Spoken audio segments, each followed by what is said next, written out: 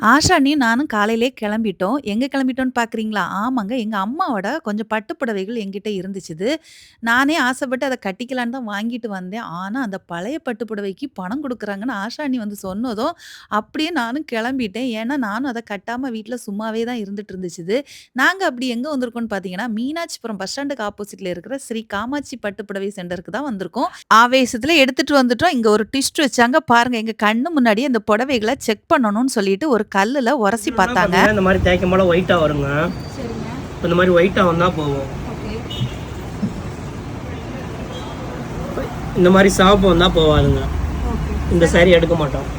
Okay. இந்த saree பார்த்தீங்கன்னா நல்லா ஒயிட் ஒயிட் கலர். தேய்க்கும் போது. இது பார்த்தீங்கன்னா ஃபேன்சி saree இப்போ தான் எடுத்துருப்பீங்க. சரி. இது அவ்வளோக்கா போவாதுங்க. இந்த ரெண்டும் போவாது. நாங்க இத எதிர்பார்க்கவே இல்லங்க. 3 புடவைக்கு மட்டும் பணம் கிடைச்சது. இவங்க சென்டர் எங்க இருக்குன்னு பார்த்தீங்கன்னா, நாகர்கோவில் மீனாட்சிபுரம் பஸ் ஸ்டாண்டு அருணா துணி கடைக்கு எதிர்ப்புறம் இருக்குதுங்க. ஸ்ரீ காமாட்சி பட்டு